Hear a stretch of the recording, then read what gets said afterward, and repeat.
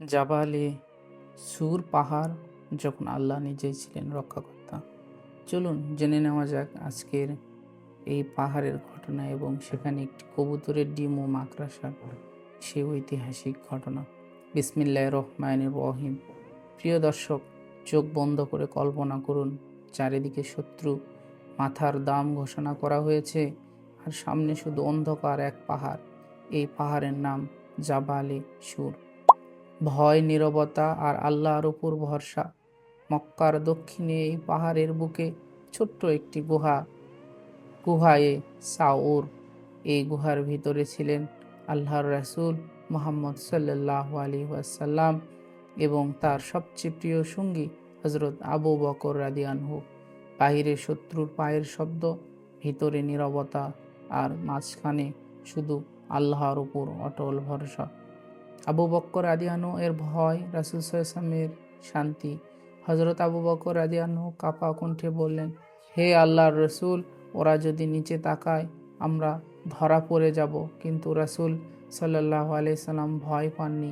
কণ্ঠে ছিল প্রশান্তি, চোখে ছিল ইয়াকিন। তিনি বললেন, চিন্তা করো না, নিশ্চয় আল্লাহ আমাদের সঙ্গে আছেন। সূরা তাওবা আয়াত নম্বর 40। এই একটি বাক্যই ইতিহাস বদলে দিয়েছিল। আল্লাহর অদৃশ্য সেনা কে ভেবেছিল একটি মাকড়সার জাল আর একটি কবুতরের ডিম হবে ইসলামের ঢাল। শত্রুরা বলল, এখানে কেউ নেই, আর ফিরে গেল। আল্লাহ দেখলেন, যিনি চাইলে দুর্বলকে সবচেয়ে শক্তিশালী বানান। সহিহ বুখারী ও মুসলিম।